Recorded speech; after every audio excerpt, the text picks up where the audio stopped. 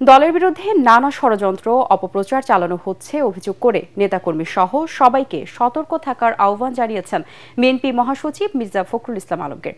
কিশোরগঞ্জের পুরাতন স্টেডিয়ামে জেলা বিএনপির সম্মেলনের উদ্বোধন করতে গিয়ে তিনি এ কথা বলেন।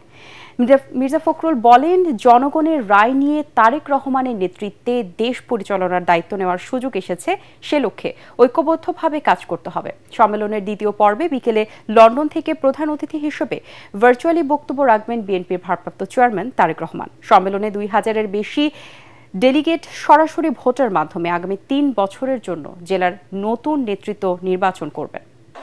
অনেক ষড়যন্ত্র চলছে, মিথ্যা অপবাদ দেওয়া হচ্ছে, অপপ্রচার করা হচ্ছে বিএনপির বিরুদ্ধে। এই যে কথাবার্তা বলে, অনেকেই বলে, ব্যক্তি বলে, রাজনৈতিক দলগুলো বলে, যাদের কালকে জন্ম হয়েছে তারাও বলে, যারা 1971 সালে ভিন্ন জায়গায় ছিল, ভিন্ন অবস্থানে ছিল, তারাও বলে। তাদের জানা উচিত বিএনপি হচ্ছে সেই দল, যেই দল হচ্ছে ফিনিক্স পাখির মতো বহুবার চেষ্টা করা হয়েছে বিএনপিকে ধ্বংস করবার, বিএনপিকে ভেঙে ফেলবার, কিন্তু বিএনপিকে কেউ ভাঙতে পারেনি। পেরেছে?